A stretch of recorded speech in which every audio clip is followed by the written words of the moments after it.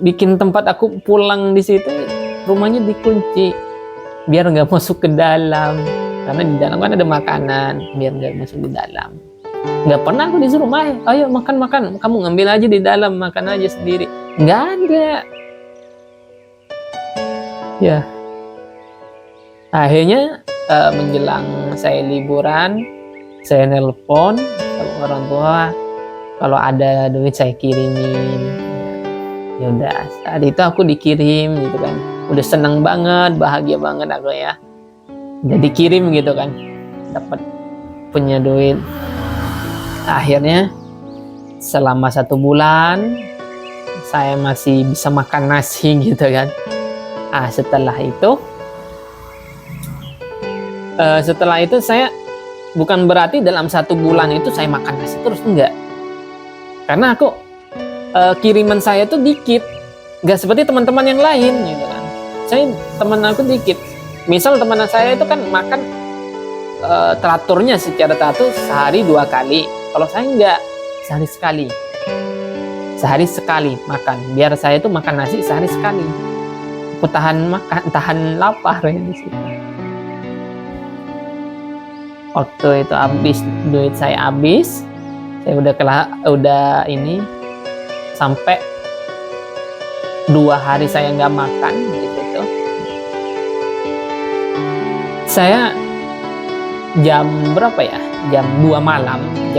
Teman santri-santri itu kan habis masak bareng gitu, makan bareng itu sama yang lain.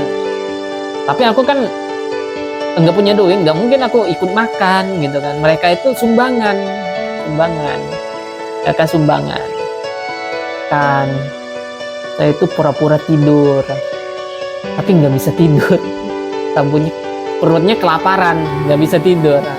Saya itu kalau perut kelaparan nggak bisa tidur.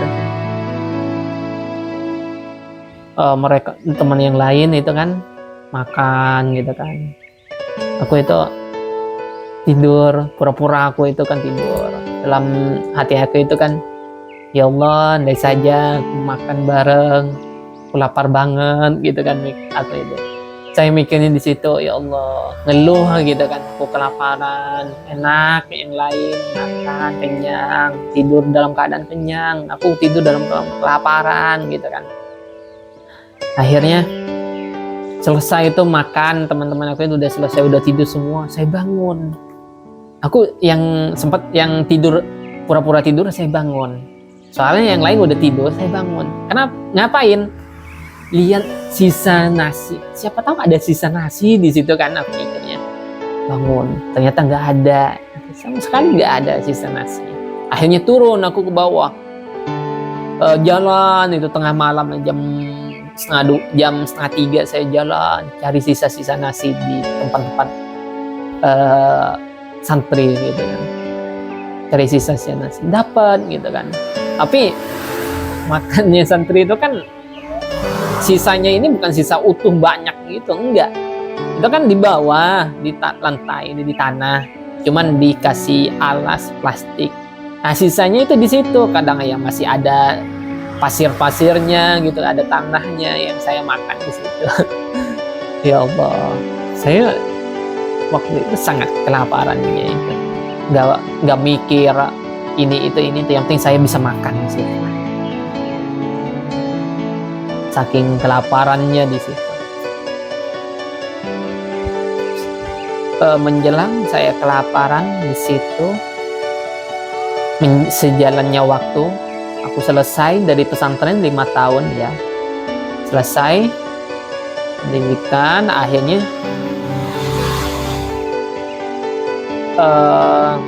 saya keluar, selesai ya, udah pulang ke rumah, saya nikah. Kenapa saya itu keluar dari pesantren langsung nikah? Itu ada alasannya saya. Kenapa? Saya sebenarnya pengen yang namanya kuliah. Ditanya sama teman-teman, kamu keluar mau kuliah? Iya, aku mau kuliah. Kamu ngambil jurusan ini? Aku pengennya ngambil teknik di situ, teknik jaringan komputer, pengennya di situ. Wih, iya, kamu pengen kuliahnya di mana? Oh, di sini. Aku bilang iya, aku juga pengen kuliah di sini, ini gitu kan. Aku habis, ternyata nggak sesuai dengan yang aku pikirkan gitu kan. Aku nggak bisa kuliah, faktor karena biaya. Orang tua aku aja yang aku masuk pesantren aja ya seperti ini keadaan aku, apalagi aku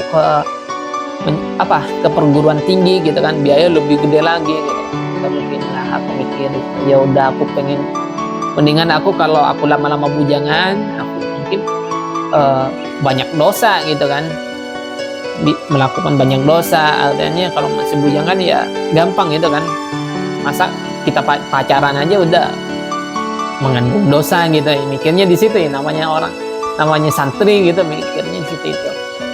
Akhirnya keluar dari pesantren mungkin 1 bulan ya, 2 bulan saya nikah. Biaya buat pernikahannya itu tuh luar biasa. Saya itu gadain tanah dikasih sama orang tua. Kamu jual aja ini tanah ini buat kamu biaya nikah. Aku nggak punya apa-apa lagi, kata orang tua aku. Oh iya, nggak apa-apa. Aku mau jual itu tanah. Tapi apa? Nggak laku-laku ternyata. Tanahnya nggak laku. Sampai ke hari hanya saya yang mau nikah, saya nggak laku. Akhirnya apa? Saya dapat utangan. Saya ngutang di situ. Keluarga saya itu ngutang, jaminannya tanah. Utangnya berapa dapatnya? Berapa ya? Cuman cukup aja ya. Saya habis nikah, setelah saya nikah saya megang duit 300.000 gitu. 300.000 habis nikah gitu kan. Bawa anak orang 300.000. Diapain gitu kan? 300.000. Allahu Akbar gitu kan. Malu aku di situ. Saya kan tinggalnya sama mertua. Ya alhamdulillah mertua saya itu luar biasa. Tapi apa selama 6 bulan saya nikah itu megang uang 300.000, saya kemana ya, diapain? HP dijual, mas kawin digadein, dia nutupin biar saya tuh nggak sama orang mertua itu nggak malu gitu kan, jaga aib gitu kan, orang suami gitu kan. Untunglah istri saya tuh yang luar biasanya lagi, dia tuh mengerti dalam keadaan aku. Terus 6 bulan saya dapat kerjaan, yaitu merantau ke Jakarta. Yaitu jaga toko. Saya bawa istri saya ke Jakarta, yaitu di Jakarta Utara dulu, di Priuk. Di sono saya gajinya 1 bulan sama istri saya itu 2 juta, kadang 1 juta lebih, 2 orang. Kalau iya berarti nggak sampai 1 juta ya, nggak sampai 1 juta kalau 1 orang. 1 juta lebih, kadang 2 juta gitu kan. Kalau lagi omset bagus itu kan 2 juta 2 juta buat 2 orang. Saya ngumpulin gitu kan, ngumpulin makan. Ya alhamdulillah sudah nggak kelaparan lagi, saya lega di situ kan, udah nggak kelaparan lagi, nggak dulu di pesantren. Tapi nggak mulus juga itu ke depannya. Masih Allah uji di situ. Banyak ujian di situ ya. Setelah itu ya 9 bulan saya di Jakarta sama istri saya. Akhirnya istri saya itu hamil. Istri saya hamil. Ternyata hamilnya itu nggak seperti yang orang-orang yang lain gitu kan, agak beda gitu kan. Hamilnya itu nggak mau makan ini nggak bisa, makan itu nggak bisa. Akhirnya pulanglah, istri saya pulang, saya diantar ke rumah, sudah pulang, saya balik lagi ke Jakarta. Akhirnya di Jakarta saya sendiri, nggak mulus di situ. Istri saya itu kan hamil 4 bulan. Saya pulanglah ke Madura, berhenti aku kerja. Saya pulang dari Jakarta itu bawa uang berapa ya? 3 juta. Bawa uang 3 juta itu. Sampai lahiran, persediaan untuk lahiran istri yang masih 4 bulan. Nah, akhirnya uang 3 juta itu buat di rumah ya, nggak cukup sampai ke lahirannya. Saya kan santri, nggak bisa kerja apa-apa kalau di rumah gitu kan. Paling lah ikut nolongin mertua gitu kan, dia ngerawat sapi, ngarit, ambil rumput itu, cuman gitu doang.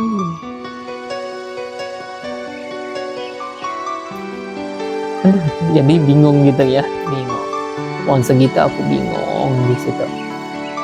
Mau diapain gitu kan. Uang makin tipis makin hari uang udah makin habis ya, makin tipis sediaan, harus beli ini beli itu kan. Namanya istri lagi hamil, makin hamil tua, uang udah nggak ada. Setelah dapat ya, istri udah hamil 7 bulan, aku udah nggak megang duit sama sekali di situ. Oke. Mau nunggu. Saya itu akhirnya bulan puasa istri aku itu udah hamil 9 bulan. Bulan puasa istri aku itu hamil udah 9 bulan ya. 9 bulan. Terus saya nggak punya duit, akhirnya banyak orang yang ngasih gitu, ngasih duit gitu kan, zakat fitrah gitu kan, dikasih orang zakat fitrah ya, dijadikan duit sama saya.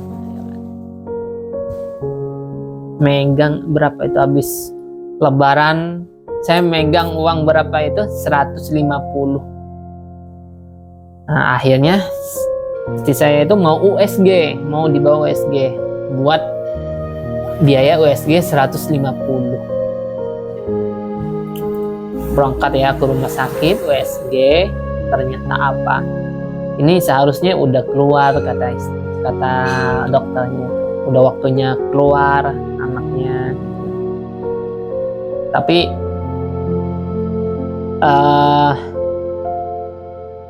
ini ada yang nggak beres di dalamnya ya, bisa dilihat gitu kan. Akhirnya kenapa? Lilit tali pusar bayinya. Akhirnya ini harus secepatnya dikeluarkan, ini harus disesar, dioperasi. Ya kaget ya, saya itu kaget karena megang uang 150, sedangkan biaya operasi di situ 8 juta.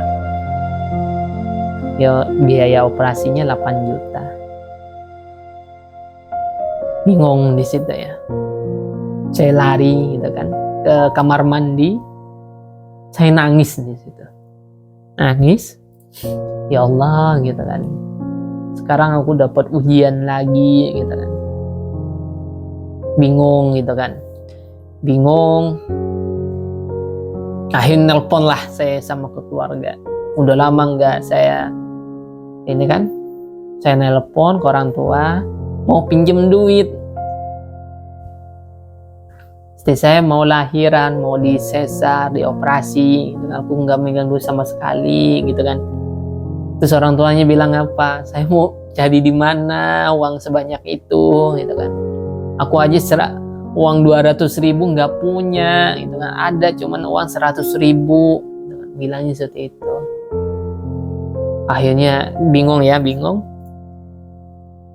Carilah keluarga gitu kan, saudara dari mama saya gitu, saudara dari mama saya. Saya telepon, dia itu keberadaannya itu masih di Malaysia gitu.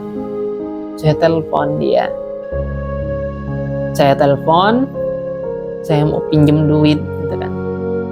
berapa? 4 juta kata aku kan, mau pinjam duit 4 juta gitu kan. Aduh gitu kan. Akhirnya saya nggak dikasih. Mungkin dia pikirnya saya kan masih muda, takutnya saya nggak bisa bayar gitu kan. Ternyata mama saya itu ngobrol lah sama kakaknya itu, ngobrol bahwasannya saya butuh duit gitu. Saya kan ngasih tahu sama mama itu saya nggak dikasih duit, saya dikasih utangan gitu kan. Ayo ngobrol, mereka nelpon itu. Akhirnya alhamdulillah itu paman saya tuh ngasih di situ. Dikasih berapa, 3 juta di situ. Nggak usah bayar kan, ini saya kasih buat kamu aja, buat biaya istri kamu yang mau lahiran. Seneng banget aku di situ. Ya Allah, tenang gitu kan. Terus tapi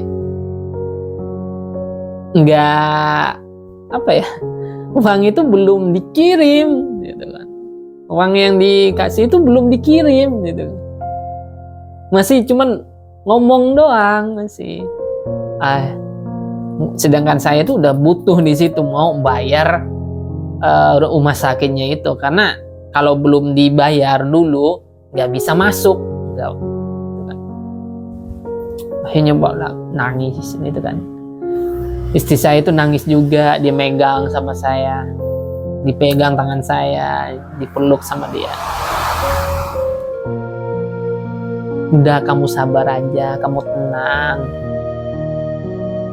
pasti ada jalan. Doain aku aja, mudah-mudahan saya selamat gitu kan. Soalnya aku sekarang ini taruhan saya itu hidup dan mati gitu, untuk memperjuangkan si baby gitu kan. Iya, nangis gitu kan, sambil megang tangannya itu nangis. Ternyata apa itu kan,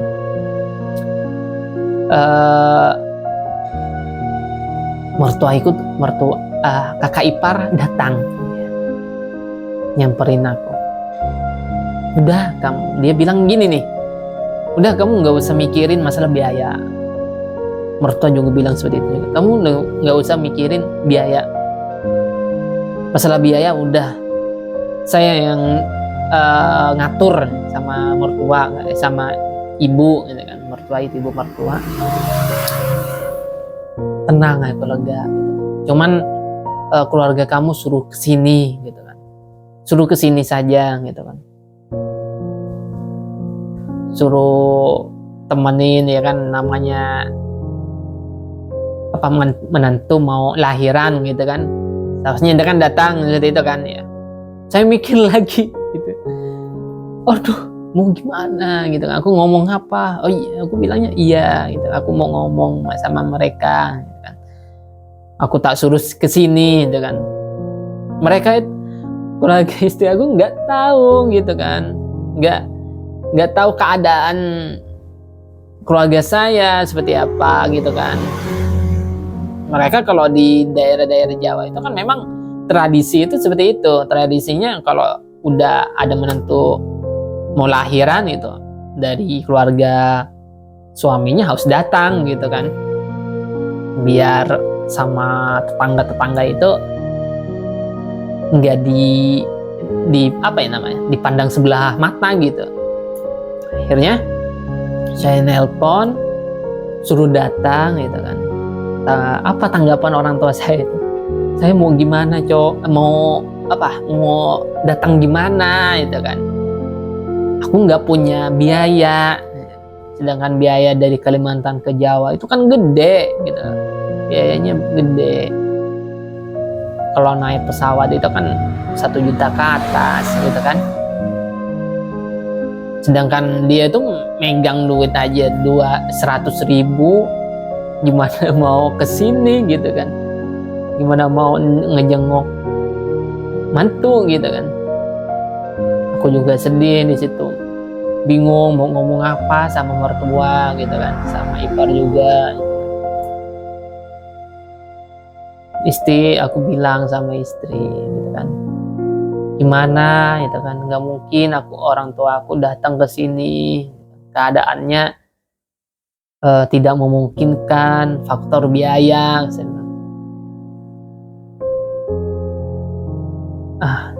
Disitulah udah mulai ada goyang di situ ya.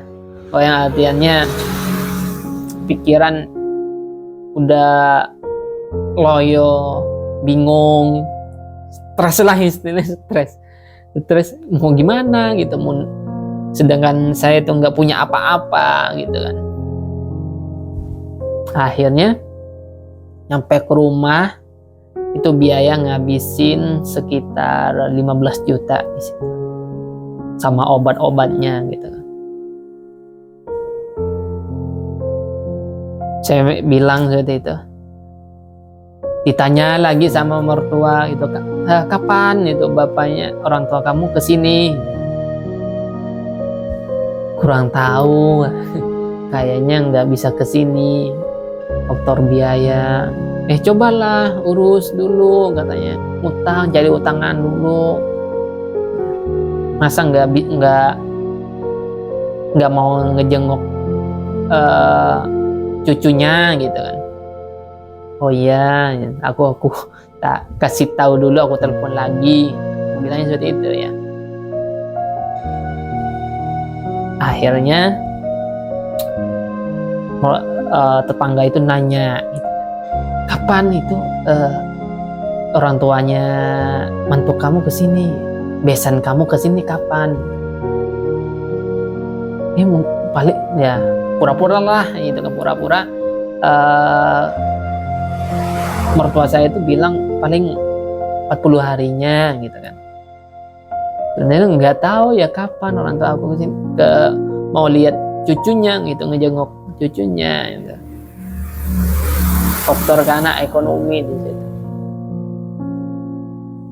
Disitulah ya aku mikir, ya Allah, sulitnya itu kan, sulitnya hidup ini gitu kan. Enak ya, ternyata jadi orang dewasa, orang tua itu nggak enak gitu kan, nggak enak. Andai saja aku bisa dibalikin kecil lagi gitu kan, seumuran ya 7 tahun 8 tahun gitu, mungkin nggak seperti ini gitu kan. Saking nggak kuatnya aku itu menghadapinya. Tapi alhamdulillah ya, Allah itu sayang kepada hambanya, dipermudah itu ujiannya. Alhamdulillah. Ya hanya ini dulu ya untuk selanjutnya, kita lanjut ke part selanjutnya. Sampai jumpa, ketemu lagi besok malam. Assalamualaikum. Jangan lupa di subscribe.